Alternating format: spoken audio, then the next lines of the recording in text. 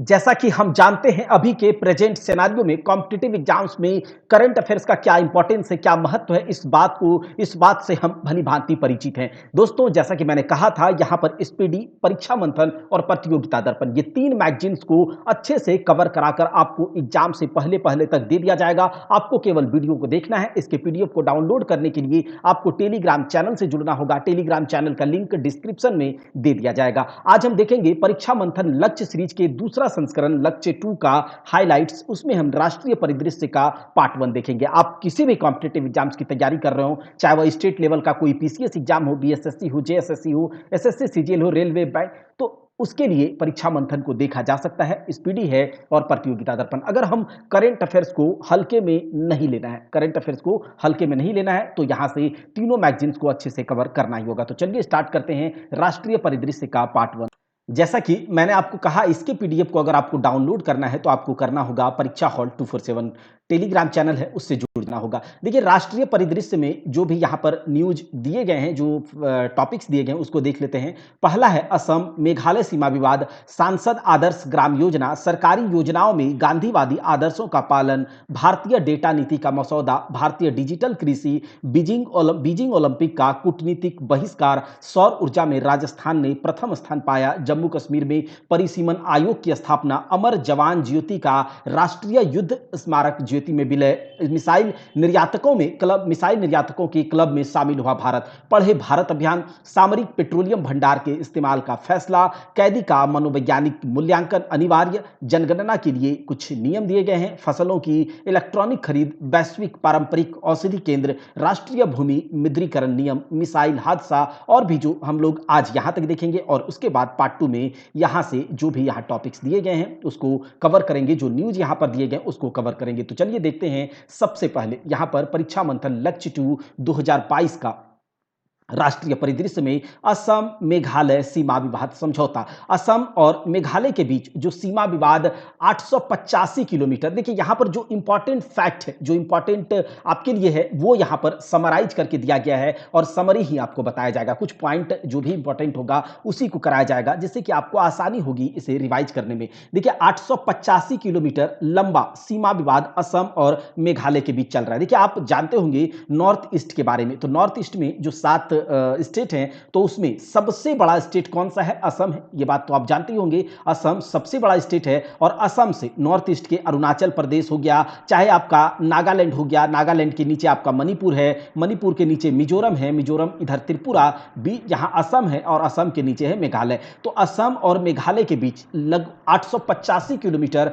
लंबा सीमा विवाद लगभग 50 सालों से चल रहा था। कितने सालों से? 50 सालों से चल रहा है। और ये जो विवाद चल रहा है वो 12 स्थलों पर चल रहा है। कितने स्थल पर? 12 विवादित स्थल है कि वो असम कहता है वो मेरा है, तो मेघालय कहता है कि ये मेरा है। इन 12 विवादित स्थलों में 6 विवादों पर समझौता कब हो गया? 29 मार्च 2022 को अमित शाह की अगुवाई में। ठीक है, अमित शाह गृह मंत्री की अगुवाई में 29 मार्च 2022 को दोनों राज्य के मुख्यमंत्री, मेघालय के मुख्यमंत्री और असम के मुख्यमंत्री की उपस्थिति में अमित शाह की अगुवाई में 6 विवादों पर, 6 विवादित स्थलों पर समझौता हुआ दोनों राज्यों के बीच। अच्छा, जनवरी 2022 में ही दोनों राज्यों ने मिलकर एक कमिटी का गठन किया था, जिसका नाम है बॉर्डर डिस्प्यूट सेटलमेंट कमिटीज। और इसके गठन के 2 महीने के बाद 29 मार्च 2022 को इन 12 विवादित स्थलों के 6 विवादों पर समझौता हो चुका है। और अन्य जो 6 विवादित स्थल हैं उस पर भी जल्दी ही समझौता होने का आसार है। ठीक है, ये चांसेस है। देखिए, ये जो 12 विवादित स्थल है, उसको यहां पर अगर आप पीटी की तैयारी कर रहे हैं तो उतना इंपॉर्टेंट नहीं है, लेकिन अगर आप जेपीएससी, बीपीएससी, इन सब, तो देख सकते हैं कि ये 12 विवादित स्थल है। ऊपरी ताराबारी, गजांग, आरक्षित वन, हाहिम, लंगपिह। देखिए, ये बहुत इंपॉर्टेंट है, जिसके जो कि मतलब कहा जा सकता है असम और मेघालय दोनों इसको लेने का फिराक में। ठीक है, बोरद्वार है, बोकलापारा है, बोंगवा है, मातमूर है, खानापारा, पिंगल काटा, देश देमोरोह ब्लॉक 1 और 2, खंडोली और रेटचेरा। तो ये 12 विवादित स्थल हैं और जिसमें स्टार दिया गया। इन 6 विवादित स्थलों पर समझौता हो गया है। दोनों ने बात मान ली, हाँ ठीक है, ये आपका, ये मेरा, इस तरह का कुछ समझौता हो गया है। अच्छा, असम पुनर्गठन अधिनियम 1971 की बात करते हैं। असम पुनर्गठन अधिनियम 1971 में असम से मेघालय को अलग कर दिया गया था। क्या? असम से मेघालय को अलग कर दिया गया था। और तब से मेघालय इस बात से जो होता है ना, दो भाई जब फर्क फर्क हो जाता है गोतिया में, तो एक भाई को कुछ दे दिया जाता है, कुछ दूसरा भाई को दे दिया जाता है, तो दूसरा भाई जो है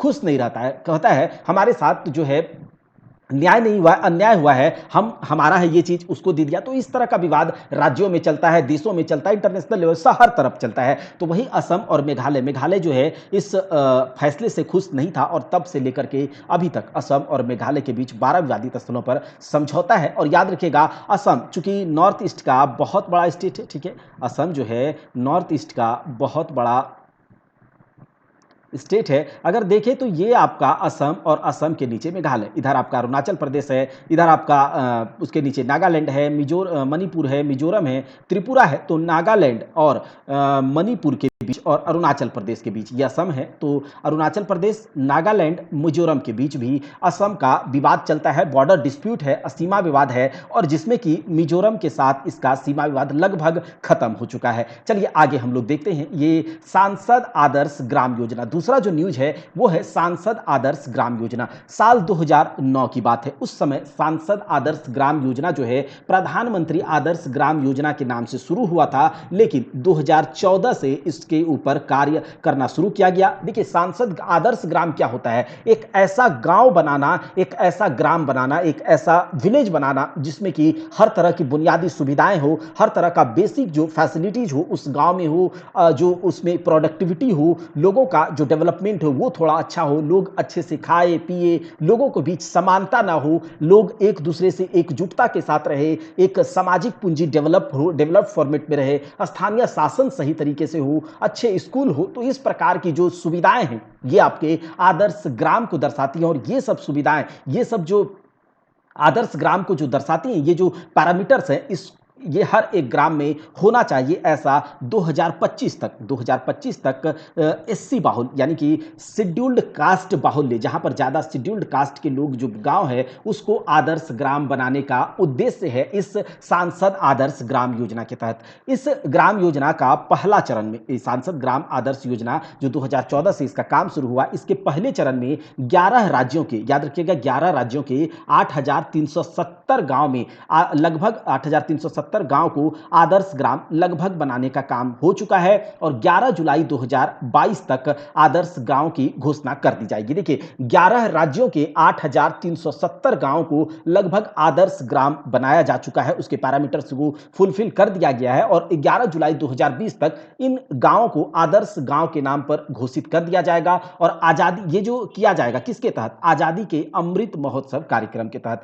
पहले चरण में, इसके पहले चरण में जो 8,370 गांव है, उसके पहले चरण में आंध्र प्रदेश के 800 गांवों को क्या किया जाएगा? आदर्श ग्राम घोषित किया जाएगा। आदर्श ग्राम, जो सांसद आदर्श ग्राम योजना है, उसके उद्देश्य क्या है? तो ग्राम इस प्रकार से होनी चाहिए जिसमें कि कुछ बुनियादी सुविधाएं उन्नत होनी चाहिए, अधिकतम उत्पादकता होनी चाहिए। तो ये आप देख लीजिएगा। आगे देखिए, अगला जो न्यूज है, सरकारी योजनाओं में गांधीवादी आदर्शों का पालन किया जाना चाहिए। देखिए, सरकारी योजनाओं में, जो भी सरकारी योजनाएं, जो गवर्नमेंट के स्कीम्स आते हैं, उनमें गांधीवादी आदर्शों को ध्यान में रखते हुए उन पर काम किया जाए, इसलिए ये योजना, मतलब ये बात आया है। देखिए, कोचारब आश्रम पालदी, अहमदाबाद में, अहमदाबाद के पालदी में कोचारब आश्रम है, और वहां पर नमक सत्याग्रह की 92वीं वर्षगांठ पे अमित शाह ने क्या किया था? एक साइकिल रैली को रवाना किया, जो कि दांडी तक वो साइकिल रैली करेगी। और ये जो है साइकिल रैली महात्मा गांधी के संदेशों तथा आदर्शों का क्या करेंगे? प्रचार करेंगे। देखिए, महात्मा गांधी के संदेश और आदर्श क्या थे? देखिए कि एक तो जो शिक्षा होनी चाहिए, जैसे महात्मा गांधी ने कहा था कि जो शिक्षा बच्चों को मिलनी चाहिए वो उसकी मातृभाषा में मिलनी चाहिए, उसके स्थानीय भाषा में मिलनी चाहिए, जिससे कि क्या होगा? वहां के बच्चे अच्छे से अच्छे पढ़ाई कर पाएंगे, अच्छे से समझ पाएंगे। अगर हमें आता है हिंदी बोलना, या फिर आता है हमें भोजपुरी बोलना, हमें आता है इंग्लिश बोलना, अगर हमें हिंदी आता है और हमें तेलुगु में पढ़ाई कराया जाने लगे, तो क्या हम समझ पाएंगे? हमारे बच्चे क्या समझ पाएंगे? तो ऐसा नहीं। तो गांधी जी हमेशा चाहते थे, उनके आदर्श था कि शिक्षा में मातृभाषा होना चाहिए, एक शिक्षा ऐसी होनी चाहिए जिससे रोजगार मिले लोगों को। स्वच्छता उनका जो आदर्श था, एक तो स्वच्छता, दूसरा आत्मनिर्भरता, कुटीर उद्योग, जैसा कि उन्होंने कहा था, सर्वोदय ग्रामोदय, स्वावलंबन, सत्य, अहिंसा, ईश्वर में विश्वास, तो ये सब गांधी जी के आदर्श थे और इन आदर्शों को याद रखिएगा, यहाँ पर आपको पीडीएफ दे दिया जाएगा और इन आदर्शों को फुलफिल करते हुए कुछ योजनाएं के नाम, अगर आप बीपीएससी टाइप के कुछ एग्जाम की तैयारी कर रहे हैं तो वहाँ के लिए आप पीडीएफ आपको दे दिया जाएगा, वहाँ से आप देख लीजिएगा कि कुछ गांधीवादी आदर्शों के साथ कुछ योजनाएं हैं, जैसे कि राष्ट्रीय शिक्षा नीति, ठीक है, जैसे अभी नया जो राष्ट्रीय शिक्षा नीति आया 2019 वाला, ठीक है, राष्ट्रीय शिक्षा नीति 2020, ठीक है, ये जो है गांधी जी के आदर्शों को पालन करते हुए इस योजना को बनाया गया है, हर घर नल योजना, हर घर नल योजना। तो इस प्रकार से कुछ योजनाएं हैं भारत सरकार की जो कि गांधी जी के आदर्शों को फुलफिल करती हैं। अगला है भारतीय डेटा नीति का मसौदा। अब ये क्या है भैया, तो 21 फरवरी 2022 को केंद्र सरकार के द्वारा सार्वजनिक परामर्श के लिए, ठीक है, सार्वजनिक परामर्श के लिए क्या किया गया, भारतीय डेटा नीति का मसौदा तैयार किया गया। अब इसमें क्या होगा कि भारत सरकार के जितने भी इंफॉर्मेशन है, जितने भी डेटा हैं, चाहे वो किसी भी मंत्रालय के हो, किसी भी विभाग के हो, वो सबों के लिए उपलब्ध करा दिया जाएगा, ठीक है, सभी लोग उसका उपयोग कर पाएंगे। भारत सरकार जो कुछ डेटा को कलेक्ट कराएगी, कुछ मंत्रालयों के द्वारा, कुछ संस्थाओं के द्वारा, कुछ विभागों के द्वारा, उन सारे डेटा को, उन सारे इंफॉर्मेशन को सभी के लिए उपलब्ध कराया जाएगा। लेकिन इसमें भी कुछ अपवाद को छोड़कर, अब ऐसा तो नहीं है कि कुछ कॉन्फिडेंशियल भी आपको दे दिया जाए, कुछ कॉन्फिडेंशियल डेटा भी आपको दे दिया जाए, तो ऐसा नहीं, कुछ अपवादों को छोड़कर। अच्छा, भारत सरकार इन डाटा को बेच भी सकती है, यानी कि इनसे पैसा भी कमा सकती है भारत सरकार, ठीक है। इस भारतीय डेटा नीति का के लिए भारतीय डेटा परिषद एक संस्था का मतलब गठन किया गया है, जो कि इस भारतीय डेटा नीति को क्या करेगी, रन करेगी, इसका रेगुलेटरी बॉडी की तरह काम करेगी और इसके लिए एक कार्यालय का एक मतलब क्या क्या गठन किया गया, भारतीय डेटा कार्यालय, जो कि इसकी एजेंसी के रूप में काम करेगी। अच्छा, इसमें क्या होगा, कुछ स्टार्टअप्स, इंटरप्राइजेज जो है, उपक्रम, रिसर्च स्कॉलर्स, इन सबों को भारतीय मंत्रालय के द्वारा, भारतीय विभागों के द्वारा अगर कुछ डेटा का जरूरत होगा तो उनको ये सब डेटा दे दिया जा सकता है, लेकिन हाँ, उसमें से जो गोपनीयता है उसके तहत इसका वो उपयोग कर सकेंगे। तो यहां पर भारतीय डेटा नीति के बारे में था। आगे देखिए, भारतीय डिजिटल कृषि है। अब भारतीय डिजिटल कृषि में कुछ इंपॉर्टेंट उतना नहीं हमें दिखा, लेकिन यहां से आप ये समझ सकते हैं कि जो आने वाला भारत है, उसमें आने वाला भारत या जो भारत का जो भविष्य है या कृषि का जो भविष्य है वो डिजिटल ही है। क्या है, डिजिटल है, डिजिटल कृषि ही हमारा भविष्य है। सितंबर 2021 में, यहां पर जो कुछ इंपॉर्टेंट है वो देख लीजिएगा, सितंबर 2021 में केंद्रीय कृषि एवं किसान मंत्रालय ने डिजिटल कृषि को बढ़ावा देने के लिए निजी कंपनियों के साथ समझौता किया था। वहीं पर केंद्रीय बजट, जो सेंट्रल यूनियन बजट 2022-23 में प्राकृतिक खेती और डिजिटल खेती दोनों पर बल दिया गया। तो ये सब कुछ भारतीय डिजिटल कृषि पर काम करने हैं। अगला क्या है, ये जो इंपॉर्टेंट है, इसमें हम लोग देख सकते हैं कि जो बीजिंग ओलंपिक हुआ शीतकालीन वाला, ठीक है, जो विंटर ओलंपिक हुआ, बीजिंग ओलंपिक हुआ 4 से 20 फरवरी 2022 तक, 4 से 20 फरवरी 2022 तक, इसमें भारत ने कूटनीतिक बहिष्कार किया। क्या किया, भारत ने बीजिंग शीतकालीन ओलंपिक का कूटनीतिक बहिष्कार किया, जो कि 4 से 20 फरवरी 2022 तक बीजिंग में हुआ। अब कूटनीतिक बहिष्कार क्या होता है, क्या इसमें खिलाड़ी भाग नहीं लेते? जी नहीं, इसमें खिलाड़ी भाग लेते हैं। खेल पर इस प्रकार की कूटनीतिक बहिष्कार या राजनयिक बहिष्कार का खेल पर कोई प्रभाव नहीं पड़ता, बल्कि इस टाइप के जो भी ओकेजन होते हैं, इस टाइप के जो भी महोत्सव, सेमिनार्स होते हैं, इसमें अगर कोई देश किसी का कूटनीतिक बहिष्कार करता है तो उस देश के जो ऑफिशियल्स होते हैं, उस देश के जो हाई कमांड्स होते हैं, उस देश के जो एम्बेसडर वगैरह होते हैं, वो इस सभा में भाग नहीं लेते हैं। और इससे क्या होता है, हम आपके इस समारोह का कूटनीतिक राजनयिक बहिष्कार करते हैं। इसका मतलब क्या है, ये क्यों किया जाता है, तो उस देश से, या हो सकता है कि उस देश ने हमारे संप्रभुता पर, हमारे सॉवरेनिटी पर कुछ आघात किया हो, आघात पहुंचाया हो, या फिर किसी भी प्रकार का जो हमारे बीच मतभेद है उसके कारण भी कूटनीतिक बहिष्कार किया जा सकता है। ऐसा इसीलिए किया गया था कि आज से 1-2 साल पहले की बात है, गलवान घाटी में हिंदुस्तानी फौज और चीनी फौजों के बीच में क्या हुआ था, एक झड़प हुई थी और उसमें जो सेनापति, जो आर्मी के जो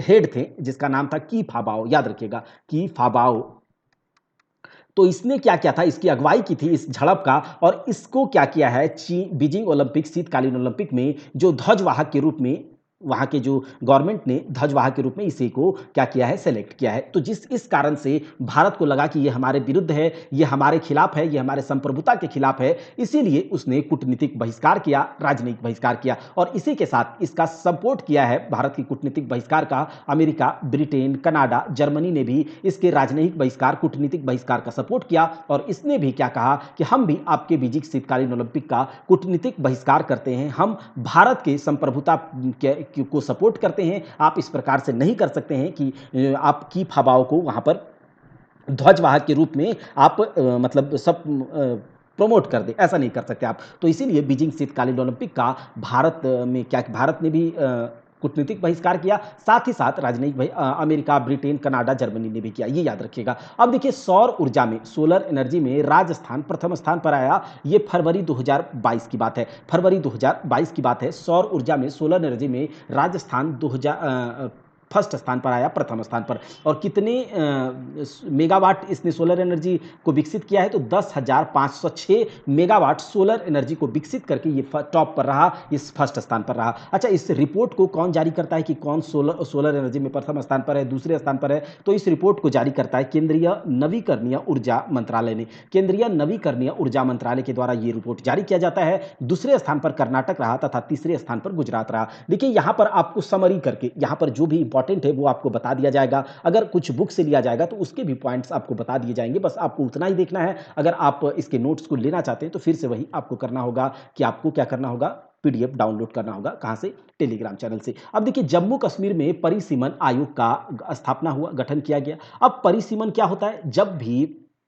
कभी लगता है राज्य केंद्र सरकार को कि इस राज्य का इस एरिया में क्या क्या विधानसभा या लोकसभा सीटों का बढ़ोतरी करना चाहिए, उसके लिए एक परिसीमा आयोग बनाया जाता है। तो देखिए फरवरी 2022 की बात है, फरवरी 2022 की बात है। परिसीमन आयोग ने जम्मू कश्मीर में विधानसभा और लोकसभा क्षेत्रों में बदलाव का प्रस्ताव दिया। ठीक है, जब परिसीमन आयोग ने जम्मू कश्मीर में विधानसभा और लोकसभा क्षेत्रों में बदलाव का क्या किया, प्रस्ताव दिया। अगस्त 2019 में, 5 अगस्त 2019 को क्या किया गया था? केंद्र सरकार ने जो जम्मू कश्मीर में 370 आर्टिकल 370 को डिलीट कर दिया, निरस्त कर दिया, हटा दिया और जम्मू कश्मीर के विशेष दर्जे को भी रद्द कर दिया था। फिर उसके बाद जम्मू कश्मीर पुनर्गठन अधिनियम 2019 के तहत यहां पर एक परिसीमन आयोग की स्थापना की गई थी। अब इसमें क्या हुआ कि जम्मू कश्मीर में विधानसभा की कुल सीटें 83 थी पहले, अब उसको बढ़ा करके 90 कर दिया गया। कितना? 90 कर दिया गया है। जम्मू में अभी 43 सीट कर दिया गया है, जो कि पहले 37 थी। जम्मू में 43, पहले 37 थी, और कश्मीर में 47, जो कि पहले 46 थी। जम्मू में 6 और कश्मीर में एक नए विधानसभा का प्रस्ताव रखा गया है। 16 सीट यहां पर अनुसूचित जाति के लिए, यानी कि शेड्यूल्ड कास्ट एससी के लिए, और एसटी के लिए 16 सीट एससी और एसटी के लिए आरक्षित कर दिया गया है। इसके अतिरिक्त 24 सीटें पाकिस्तान, जो पीओके है, वहां पाकिस्तान के नियंत्रण वाले कश्मीर के लिए रिजर्व करने का प्रस्ताव है। तो ये कुछ बातें हैं यहां पर याद दिया गया है। परिसीमा किसी भी देश या राज्य में विधायी निकाय वाले क्षेत्रीय निर्वाचन क्षेत्रों की सीमाओं का निर्धारण करने की एक प्रक्रिया है। तो यही था जम्मू कश्मीर में परिसीमन आयोग। आगे देखिए जो इंपॉर्टेंट है कि अमर जवान ज्योति के बारे में आप लोग जानते होंगे। अगर नहीं जानते तो यहां पर एक फिगर दिया गया है, इसको देखिएगा। ये है आपका अमर जवान ज्योति। क्या है? अमर जवान ज्योति। यहां पर चारों ओर जो है, इसके चारों ओर एक लौ जलते रहता है, और उन चारों लौ में से एक लौ जो है, एक लौ हमेशा सालों भर यहां जलते रहता है। किसके याद में? तो सन 1971 में भारत और पाकिस्तान के बीच में क्या हुआ था? युद्ध हुआ था, और उस युद्ध में जो भी सैनिक शहीद हुए थे, उन शहीदों के याद में ये अमर जवान ज्योति जलाया जाता है। 1971 के बाद से 1972 से ये लगभग 1972 से अभी तक ये एकदम कंटिन्यूअस ये लौ जलते रहा है, जलते रहता है। ठीक है, तो ये है अमर जवान, आप जानते होंगे दिल्ली में है। अब इस अमर जवान ज्योति का किसमें विलय कर दिया गया, यानी कि इसको बुझाया नहीं गया है, बल्कि इसका विलय कर दिया गया है। याद रखिएगा, प्रधानमंत्री मोदी के द्वारा राष्ट्रीय युद्ध स्मारक ज्योति का अनावरण किया गया था। राष्ट्रीय युद्ध स्मारक ज्योति का अनावरण किया गया था और उसमें विलय कर दिया गया। देखिए अमर जवान ज्योति में, ज्योति जो वहां पर बनाया गया है, वहाँ पर किसी भी शहीदों का नाम नहीं दिया गया है, किसी भी शहीद का नाम अंकित नहीं किया गया था, लेकिन राष्ट्रीय युद्ध स्मारक ज्योति में नाम बाकायदा सब सारे जितने भी शहीद हैं, उसके बाद से सब पर नाम अंकित किया गया है। तो ये सब बात है। तो यहाँ पर इम्पोर्टेंट जो है ये कि जनवरी 2022 में 1971 के भारत-पाक युद्ध में शहीद होने वाले भारतीय सैनिकों के याद में इंडिया गेट पर विगत 50 वर्षों से निर्बाध रूप से, कंटिन्यूअस रूप से अमर जवान ज्योति जल रही है और उसको इंडिया गेट से 400 मीटर दूर स्थित राष्ट्रीय युद्ध स्मारक ज्योति में उसका विलय कर दिया गया। इसमें कहा गया है कि इसको बुझाया नहीं गया है, बल्कि इसको विलय कर दिया गया किसमें? राष्ट्रीय युद्ध स्मारक ज्योति में। किसका? अमर जवान ज्योति का। इसके बाद ये याद रखिएगा, यहाँ पर इससे इसके पूरे डिटेल दिए गए हैं कि ये जो अमर जवान ज्योति है, इसका शुरुआत कब किया गया था? 26 जनवरी 1972 को उस समय की जो प्रधानमंत्री थे इंदिरा गांधी ने 1971 के भारत पाक युद्ध में शहीद हुए सैनिकों की याद में की थी। और ये ज्योति जो है, अमर जवान ज्योति, कंटिन्यूअस रूप से अभी तक चल रही है। फिर उसके बाद 25 जनवरी 2019 को प्रधानमंत्री मोदी ने इंडिया गेट के निकट एक राष्ट्रीय युद्ध स्मारक का शुभारंभ किया। तब से वहां 15.5 मीटर लंबे स्तंभ के नीचे ये ज्योति जल रही है और उसका विलय इसमें कर दिया गया। सरकार ने कहा कि अमर जवान ज्योति को बुझाया नहीं गया, बल्कि उसका विलय किया गया। देखिए, अमर जवान ज्योति की लौ जो है, जो वहां पर जल रही है लौ, वो 1971 एवं दूसरे युद्ध के शहीदों को श्रद्धांजलि देने के लिए है, लेकिन इनमें किसी का नाम वहां मौजूद नहीं है। उसके बाद देखिए, इंडिया गेट पर कुछ शहीदों के नाम अंकित है और ये जो शहीद हैं प्रथम विश्व युद्ध और एंग्लो अफगान युद्ध में ब्रिटिश शासन के लिए लड़े। और इसमें जो हमारे उपनिवेश प्रतीक का, ये बहुत इंपॉर्टेंट नहीं है, यहां से देख सकते हैं आप। देखिए, यहां था राष्ट्रीय युद्ध स्मारक पर 1971 के युद्ध समेत देश के सभी वीर सैनिक के नाम अंकित किए गए हैं, जिन्होंने अपनी शहादत दी है। उसके बाद देखिए, अब वहां पर अब तक ग्रेनाइट पत्थरों पर कुल 25,942 शहीदों के नाम दर्ज हो चुके हैं। इसीलिए वहां शहीदों को श्रद्धांजलि अर्पित करना, उन्हें एक सच्ची श्रद्धांजलि अर्पित करना होगा। सभी शहीदों की श्रद्धांजलि देने के लिए सभी प्रकार के समारोह राष्ट्रीय युद्ध स्मारक पर ही होते हैं। अब तो ये इसके बाद था, ये जो अमर जवान ज्योति में जो लौ जलती थी, उसे याद रखिएगा, सीएनजी से जलती थी। कितने? सीएनजी से जलती थी। उससे पहले ये एलपीजी से जलता था, फिर अब सीएनजी से जलने लगा। अब ये जो 4 ज्योति कलश वहां पर है, तो चारों ज्योति कलश सालों भर नहीं जलते, बल्कि उनमें से 3 ज्योति कलश जो है 26 जनवरी और 15 अगस्त को जलाया जाता है। मतलब चारों ज्योति कलश को 26 जनवरी, 15 अगस्त को जलाया जाता है और उनमें से एक ज्योति कलश जो है वो लगातार सालों भर जलती रहती है। ये सीएनजी से जलता है। इसका देखभाल कौन करता है? 26 जनवरी को अमर जवान ज्योति पर क्या होता है, ये सब दिया गया है। यहाँ से आप इसको पीडीएफ को डाउनलोड करके देख सकते हैं, अगर आपको डिटेल में इसे पढ़ना है। लेकिन इसके लिए यही इंपॉर्टेंट था कि अमर जवान ज्योति का विलय कर दिया गया राष्ट्रीय युद्ध स्मारक ज्योति में। अब देखिए, मिसाइल एक्सपोर्ट क्लब में, मिसाइल एक्सपोर्टर क्लब में भारत शामिल हो गया है। यानी कि मिसाइल, अब तक भारत क्या कर रहा था? आयात कर रहा था, इंपोर्ट कर रहा था, लेकिन अब भारत भी मिसाइल निर्यात करेगा। अब भारत अपने देश में बनाया हुआ मिसाइल को एक्सपोर्ट करेगा, अलग अलग देशों में बेचेगा और उस क्लब में शामिल भारत हो गया है। 28 फरवरी 2022 की बात है। भारत और फिलीपींस के बीच एक डील हुआ। कितना? 37.49 करोड़ डॉलर का। कितना? 37.49 करोड़ डॉलर का एक डील हुआ है, जिसमें कि सुपरसोनिक क्रूज मिसाइल ब्रह्मोस कि एंटी शिप जो वेरिएंट है, उसको फिलीपींस भारत से खरीदेगा। अब ये जो ब्रह्मोस मिसाइल है, ये भारत ने रूस के साथ मिलकर बनाया है और यहां पर जो इसके लिए जो रेगुलेटरी बॉडीज है, वो है ब्रह्मोस एरोस्पेस प्राइवेट लिमिटेड। अब इसमें कौन कौन भाग लेती है? तो डीआरडीओ जो कि इंडिया से है और एनपीओएम रसिया की जो यूनिट है, इन दोनों ने मिलकर एक इसका ज्वाइंट इंटरप्राइजेज है। कौन? ज्वाइंट, संयुक्त रूप से ये दोनों काम करता है इसमें, ब्रह्मोस एरोस्पेस प्राइवेट लिमिटेड में। अब ब्रह्मोस जो मिसाइल है, वो मिसाइल धरती, आकाश, पानी, हर जगह से लॉन्च किया जा सकता है ब्रह्मोस मिसाइल को। अब देखिए, ब्रह्मोस मिसाइल का नाम ब्रह्मोस क्यों पड़ा? तो भारत की ब्रह्मपुत्र नदी और रूस की मस्कवा नदी के मिला करके इस मिसाइल का नाम पड़ा है ब्रह्मोस। और उससे भी पता चलता है कि भारत और रूस का ये ज्वाइंट वेंचर है, ज्वाइंट एंटरप्राइजेज है। कौन? BrahMos aerospace private limited. और इसके द्वारा जो भारत में ब्रह्मोस मिसाइल बनाई जा रही है, इसको खरीदा कौन? भारत और फिलीपींस ने। 28 फरवरी 2020 को उसके बीच क्या हुआ? एक डील हुआ। कितने कितने पैसे का, कितने रुपए का? तो 37.49 करोड़ डॉलर, जो कि अगर इंडियन रुपीज में देखा जाए तो 2770 करोड़ रुपए का ये हुआ है। क्या है? डॉलर। ये बहुत इंपॉर्टेंट है कि भारत अब जो है मिसाइल बना बनाकर दूसरे देशों में बेचेगा भी। और डीआरडीओ के जो याद रख लीजिएगा कि डीआरडीओ के चेयरमैन जी सतीश रेड्डी ने कहा है कि हमारे देश के जो सतह से हवा में मार करने वाली आकाश मिसाइल है, अस्त्र है, एंटी टैंक मिसाइल है, रडार है, टारपीडो है, इन सबको हम बनाएंगे और इसको खरीदने के लिए अलग अलग देश रुचि भी जगा रही है। अगला जो न्यूज है, अगला जो टॉपिक है वो है आपका पढ़े भारत अभियान।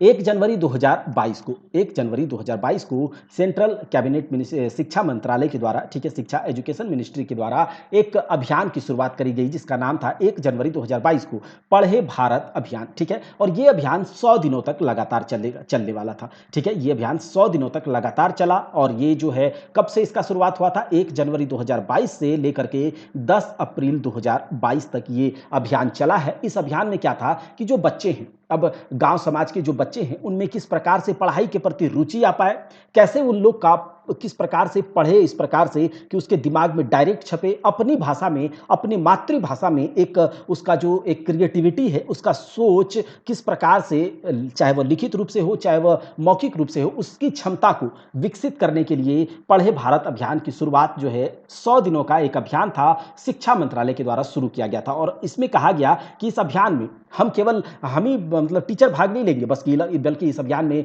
अभिभावक, गांव समाज के लोग सब कोई इसमें भाग लेंगे, शिक्षक लेंगे, जो ऑफिशियल्स होंगे सब कोई लेंगे और मिल करके इस अभियान को सफल बनाएंगे। देखिए इसी अभियान के अंतर्गत में क्या था, 21 फरवरी को, याद रखिएगा 21 फरवरी को अंतर्राष्ट्रीय मातृभाषा दिवस मनाया जाता है। इसी अभियान के अंतर्गत जो हर साल मनाया जाता है लेकिन इस अभियान के बीच में पड़ता है 21 फरवरी को मनाया गया अंतर्राष्ट्रीय मातृभाषा दिवस के दिन। इसी अभियान में कहानी पढ़ो अपनी भाषा में, कहानी पढ़ो अपनी भाषा में मनाया गया एक क्या किया, एक एक्टिविटी को किया गया जिसमें कि बच्चों को अपनी अपनी भाषा के लिए, अपनी मातृभाषा के प्रति रुचि जगाने के लिए ये कार्यक्रम मनाया गया, कहानी पढ़ो अपनी भाषा में। अब तो ये हो गया पढ़े भारत अभियान। दूसरा देखिए यहाँ पर अगला देखिए, सामरिक पेट्रोलियम भंडार, ये बहुत इंपॉर्टेंट है, स्ट्रेटेजिक पेट्रोलियम रिजर्व SPR। ये क्या होता है, सामरिक पेट्रोलियम भंडार के इस्तेमाल का फैसला भारत सरकार ने क्यों किया, स्ट्रेटेजिक पेट्रोलियम रिजर्व क्या होता है, स्टॉक पेट्रोलियम रिजर्व क्या होता है।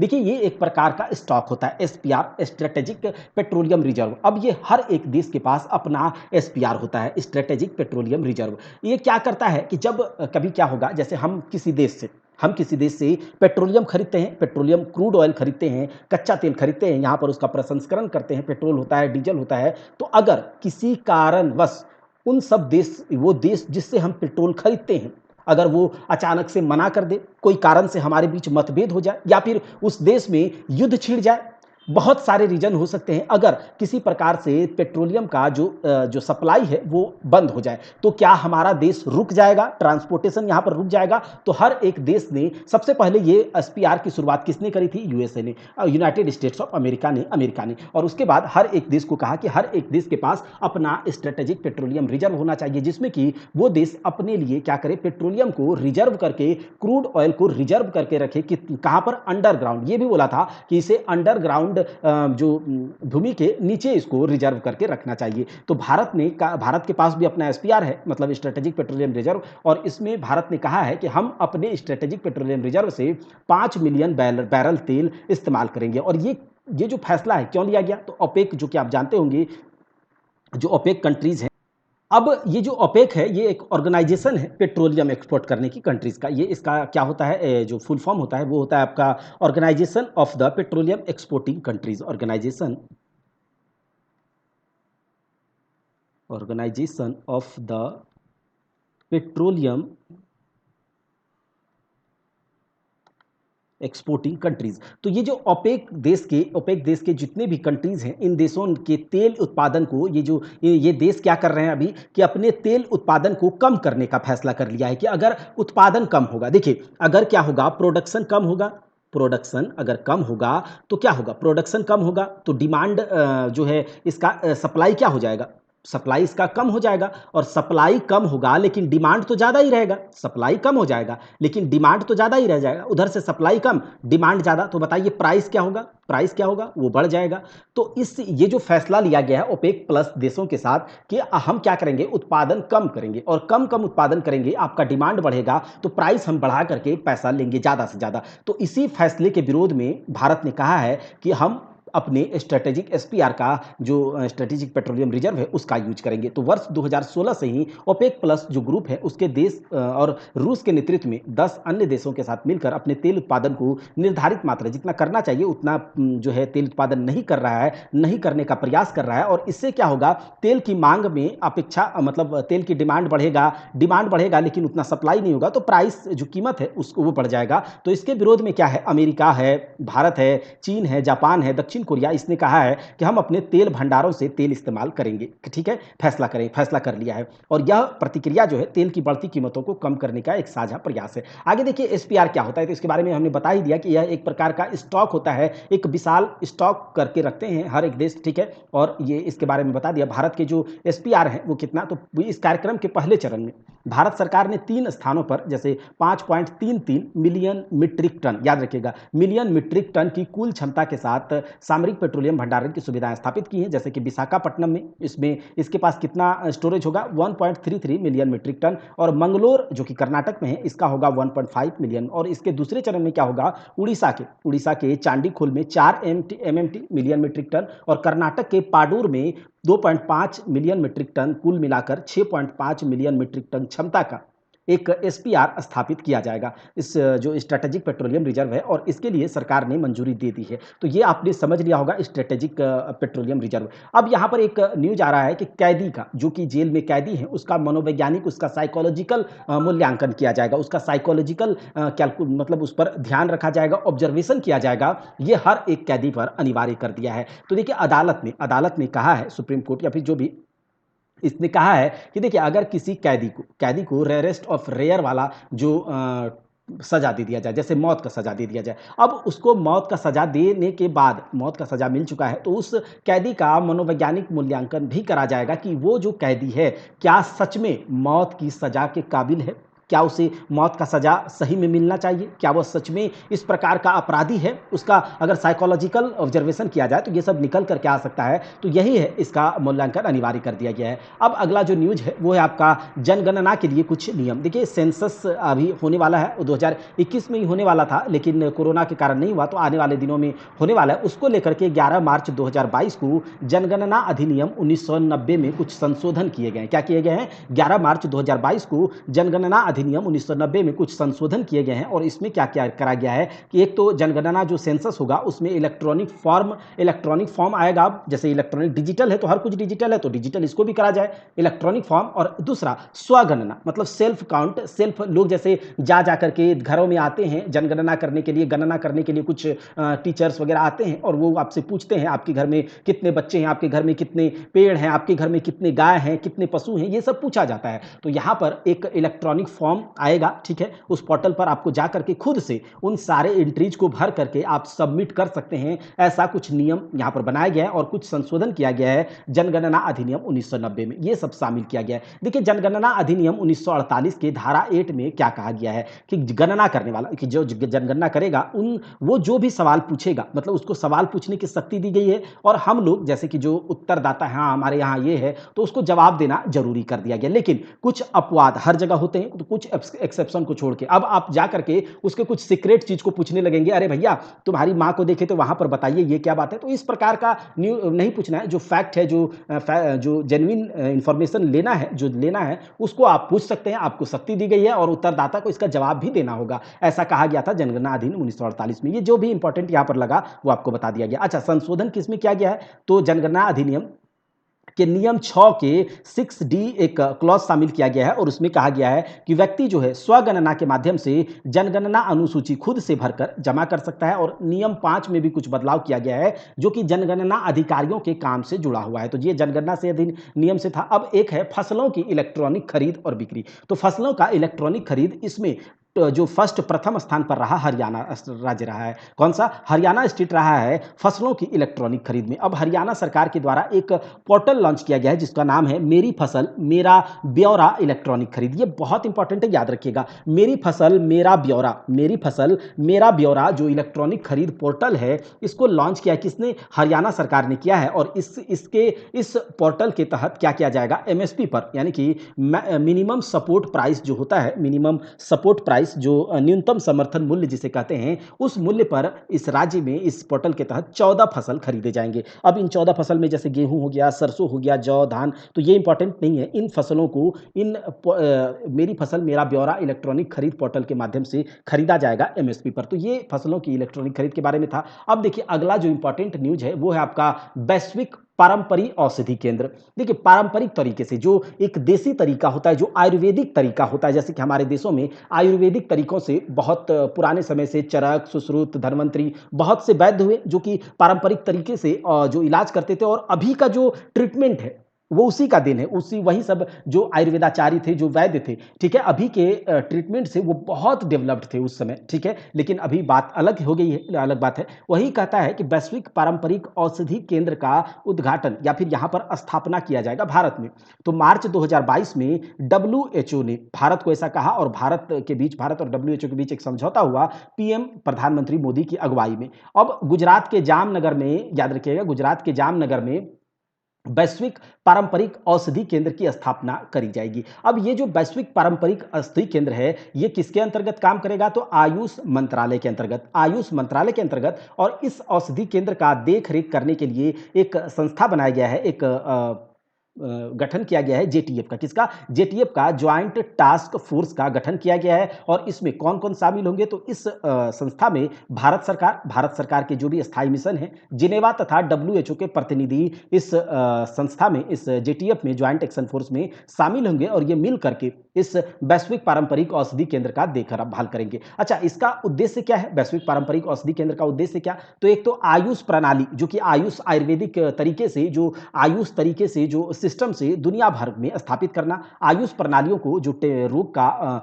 इलाज के लिए जो पारंपरिक तरीका है उसको दुनिया भर में स्थापित करना और पारंपरिक चिकित्सा जो है इसका ग्लोबलाइजेशन करना इस औषधि केंद्र का उद्देश्य है। दूसरा, इसका घोषणा कब किया गया था? तो 13 नवंबर 2020 को 5वें आयुर्वेद दिवस के अवसर पर, उस समय जो डब्ल्यूएचओ के हेड थे उसने पीएम मोदी की उपस्थिति में इस वैश्विक पारंपरिक औषधि केंद्र की घोषणा करी थी। अगला है राष्ट्रीय भूमि मुद्रीकरण निगम। ये बहुत इंपॉर्टेंट है, नेशनल लैंड मोनेटाइजेशन कॉर्पोरेशन। इसको हम लोग फुल शॉर्ट फॉर्म में एनएलएमसी कहते हैं, एनएलएमसी। तो देखिए ये जो राष्ट्रीय भूमि मुद्रीकरण निगम है, ये भारत सरकार का पूर्ण स्वामित्व वाला, मतलब इस पर भारत सरकार का पूरा अधिकार होगा, उस प्रकार का ये एक संस्था का गठन करा जाएगा, राष्ट्रीय भूमि मुद्रीकरण निगम। अच्छा, इस संस्था के गठन के बारे में जो निर्मला सीतारमण ने बजट 2021-22 में इसकी घोषणा कर दी थी, ठीक है, कि ऐसा हम लोग आगे करेंगे कि राष्ट्रीय भूमि मुद्रीकरण की मतलब जो भारत सरकार का या फिर जो सार्वजनिक भूमि या फिर कोई उद्यम है, कोई बिल्डिंग है, कुछ भी है भारत सरकार का जो कि यूज में नहीं आ रहा है, ठीक है, या तो यूज उसका नहीं हो रहा है या फिर उससे कुछ पैसा नहीं आ रहा है या फिर बहुत कम यूज हो रहा है और हमको पैसा ज्यादा देना पड़ रहा है, उस प्रकार के चीजों का क्या करेगा? उस प्रकार के एसेट्स का ये एनएलएमसी मूल्यांकन करेगा, उसका ऑब्जर्वेशन करेगा और उसे अगर एनएलएमसी को लगेगा कि यह जो उद्यम है, यह जो इंटरप्राइज है, ये भारत सरकार के पैसे पर बस खाली पल रही है, इससे कोई फायदा नहीं हो रहा है, इसका कोई यूज नहीं है, तो वो ये भारत सरकार क्या करेगा? उस पर निजी कंपनियों को, निजी क्षेत्रों को कहेगा आइए इसमें इन्वेस्टमेंट कीजिए, इस पर आप लोग काम कीजिए। तो ये बेचने का काम करेगी, उस पर उसका मुद्रीकरण करेगी, ठीक है, मोनेटाइज करेगा उसको। तो 9 मार्च 2022 को इस संस्था के गठन की स्थापना की मंजूरी सेंट्रल कैबिनेट के द्वारा दे दी गई, ठीक है, केंद्रीय मंत्रिमंडल के द्वारा प्रधानमंत्री मोदी की अगुवाई में दे दी गई। बजट 2021-22 में फाइनेंस मिनिस्टर निर्मला सीतारमण ने इस एनएलएमसी के बारे में प्रस्ताव रखा था और ये काम किसके अंतर्गत करेगा? फाइनेंस मिनिस्ट्री के अंतर्गत। अब एनएलएमसी को देखरेख करने के लिए एक बोर्ड का गठन किया जाएगा और उस बोर्ड में जो होगा संबंधित जो मंत्रालय के सचिव होंगे, रियल एस्टेट व्यवसायी होंगे, इन्वेस्टमेंट बैंकर्स वगैरह उसमें होंगे। अच्छा, इसके अध्यक्ष और गैर सरकारी जो निदेशक डायरेक्टर होंगे उसका चयन कैसे किया जाएगा? तो योग्यता आधारित चयन किया जाएगा और इसमें क्या किया जाएगा? सरकारी क्षेत्र के, सार्वजनिक क्षेत्र के जो भी उद्यम होगा उसके पास जो अतिरिक्त भूमि, एक्स्ट्रा भूमि पड़ा हुआ या कोई भवन है, अगर उसका कोई काम नहीं है, उपयोग ना हो रहा या फिर कुछ कम उपयोग हो रहा, उसको बेचा जाएगा और उससे राजस्व जुटाया जाएगा। क्या? उससे रेवेन्यू जुटाया जाएगा। अब इसमें सरकार ने क्या कहा कि निजी क्षेत्रों को इन्वेस्टमेंट के लिए आकर्षित किया जाएगा, जिससे कि रोजगार का अवसर भी बढ़ेगा, राजस्व बढ़ेगा और इंफ्रास्ट्रक्चर भी इस पैसों से देश का बढ़ेगा। तो ये एनएलएमसी के बारे में था, ये पार्ट 1 था। हम लोग आगे जो थोड़ा सा न्यूज बचा है उसको कवर करेंगे और इस प्रकार से हम लोग परीक्षा मंथन को पूरी तरह से कवर कर लेंगे। और अगर आपको ये सीरीज़, ये जो परीक्षा मंथन लक्ष्य सीरीज़ का हाइलाइट्स अच्छा लगा है, ये अगर आपको लगता है कि ये कंटिन्यू रहे, पूरा बुक इसी प्रकार से कवर हो जाए, आपको पीडीएफ मिल जाए, आप सुन लें, पूरा आपको न्यूज़ पता चल जाए, आप किसी भी कॉम्पिटिटिव एग्ज़ाम्स की करंट अफ़ेयर्स में एक अच्छा समझ चाहते हैं, तो ये सीरीज़ आपको ज़रूर फ़ॉलो करना चाहिए, इसको ज़्यादा से ज़्यादा सपोर्ट आपको करना चाहिए। अगर आप चैनल पर नए हैं, तो फिर से सब्सक्राइब ज़रूर कीजिएगा और ज़्यादा से ज़्यादा दोस्तों में परीक्षा हॉल 247 को शेयर कीजिएगा। हम मिलते हैं इसके अगले पार्ट में, तब तक के लिए आप इसको पढ़ें, इसके पीडीएफ को डाउनलोड करें। जय हिंद, जय भारत।